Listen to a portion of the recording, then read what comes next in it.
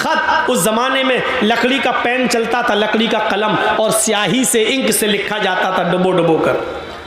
اس نے سوچا کہ ابھی یہ تازہ تازہ خط لکھا ہے، اس انک کو خشک کرنے کی ضرورت ہے، تو وہ جس کرائے کے مکان میں رہتا تھا اس کرائے کے مکان سے تھوڑی سی مٹی اس نے اٹھا لی اور کاغذ پر ڈال دی ایسے، تاکہ وہ انک جلدی سوکھ جائے، خشک ہو جائے۔ اس نے سوچا تھوڑی سی مٹی لینے میں حرج کیا ہے، یہ مکان اگرچہ میرا نہیں ہے، تھوڑی سی مٹی تو لے رہا ہوں۔ مٹی، زمین پر پڑی ہوئی مٹی، اس نے اس کو لیا اور لیٹر پر، کاغذ پر ایسے ڈال دیا۔ رات میں اس بزرگ نے خواب میں دیکھا کہ اس کے خواب میں کوئی فرشتہ آ رہا ہے اور اس بزرگ سے کہہ رہے ہیں تم نے کسی کے مکان پر کرائے پہ رہتے ہو، تم، یہ تمہارا مکان نہیں ہے، تم نے اس مکان سے تھوڑی سی مٹی لے کر جو کاغذ پر ڈال دی ہے، قیامت کے دن تمہیں پتہ چل جائے گا یہ تھوڑی سی مٹی لینے کا انجام کیا ہوتا ہے۔ سونا نہیں لیا تھا، چاندی نہیں لی تھی، دولت نہیں چرائی تھی، گھر کے جس مکان میں رہ رہا اس مکان کی کچی زمین سے تھوڑی سی مٹی اٹھائی تھی اور سیاہی کو، انک کو خشک کرنے کے لیے کاغذ پر ڈالی تھی۔ خواب دیکھ رہا ہے قیامت کے دن تمہیں پتہ چل جائے گا دوسرے کے مکان سے تھوڑی سی مٹی لینے کا انجام کیا ہوتا ہے۔ مٹی لی، تب یہ حال جو دوسروں کی دولتوں پہ قبضے کر رہے ہیں وہ اپنا انجام سوچیں، جو دوسروں کی زمین و جائیداد کو ہڑپ کر رہے ہیں وہ اپنا انجام سوچیں، جو دوسروں کی زمین و جائیداد پر قبضے کر رہے ہیں وہ اپنی فکر کریں، جو امانتوں میں خیانت کر رہے ہیں، یتیموں، غریبوں، بیواؤں، مسکینوں اور فقیروں کا حق مار رہے ہیں وہ اپنا انجام سوچیں۔ حق مارنے کی کئی قسمیں ہیں، آپ صاحب حیثیت اور زکوٰۃ نہیں دیتے تو یہ بھی حق مارنا ہوا ہے۔ آپ کے پاس 1,00,000 روپیہ ہے اور اس 1,00,000 روپے پر 1 سال گزر چکی ہے، اگرچہ اس 1,00,000 روپے میں 7.5 تولے سونا یعنی 85 گرام سونا نہیں آ رہا ہے، لیکن 52.5 تولے چاندی تو آ سکتی ہے، یعنی 1,00,000 روپے میں 52.5 تولے چاندی آ سکتی ہے، اور اتنا پیسہ تمہارے پاس ہے اور 1 سال گزر چکی ہے تو آپ پر 1,00,000 روپے میں 2,500 روپے زکوٰۃ بنتی ہے جو آپ غریبوں کو دیں گے۔ اگر آپ نہیں دیتے ہیں تو یہ غریبوں کا حق مار رہے ہیں۔ جب چھوٹی سی تھوڑی سی مٹی لینے کا انجام یہ ہے تو آپ غریبوں کا، مسکینوں کا حق مار کر زکوٰۃ ادا نہیں کر رہے ہیں، تو ہم اور آپ اپنے انجام کے بارے میں فکر لگائیں کہ ہمارا اور آپ کا انجام کیا ہوگا اگر ہم اپنے مال کی پوری زکوٰۃ نہیں دیتے ہیں تو یہ حق مارنا ہی ہے۔ شراب کی حرمت کا اعلان کرتے ہیں اللہ کے نبی صلی اللہ علیہ وسلم۔ لڑکیوں کو جو زندہ دفن کیا جاتا تھا، آپ نے لڑکیوں کے مقام و مرتبے کو بلند کیا۔ کسی حدیث میں نہیں آتا جو اپنے لڑکوں کو پالے گا، پوسے گا، پڑھائے گا، لکھائے گا اور ان کا نکاح کر دے گا، اللہ اس کو جنت میں میرا پڑوسی بنا کر رکھے گا، یہ کہیں نہیں کہا۔ کہا تو اللہ کے نبی نے کیا کہا؟ جن لڑکیوں کو زندہ دفن کر دیا جاتا تھا، 4 سال پال پوس کر جن کو پکڑ کر دفن کر دیا جاتا تھا، نبی اکرم صلی اللہ علیہ وسلم ان لڑکیوں کو عزت دیتے ہیں جس باپ کی 3 بیٹیاں ہوں گی اور جس نے ان کو پالا ہوگا، بڑا کیا ہوگا، ان کو پڑھایا ہوگا، ان کو اچھا ادب سکھلایا ہوگا۔ اللہ کے نبی فرماتے ہیں یہ تینوں بچیاں پھر اس نے جن کی شادی کر دی ہوگی، ان بچیوں کا نکاح کر دیا ہوگا، ان کا گھر بسا دیا ہوگا، ان کو دیندار لڑکوں کے نکاح میں دے دیا ہوگا، قیامت کے دن یہ بچیوں کا باپ ان 3 لڑکیوں کی شادی کرانے والا قیامت کے دن میرا پڑوسی بن کر رہے گا۔ پھر آپ نے فرمایا جس کی 2 بیٹیاں ہیں، 2 بیٹیوں کو پڑھانے اور لکھانے والا بھی قیامت کے دن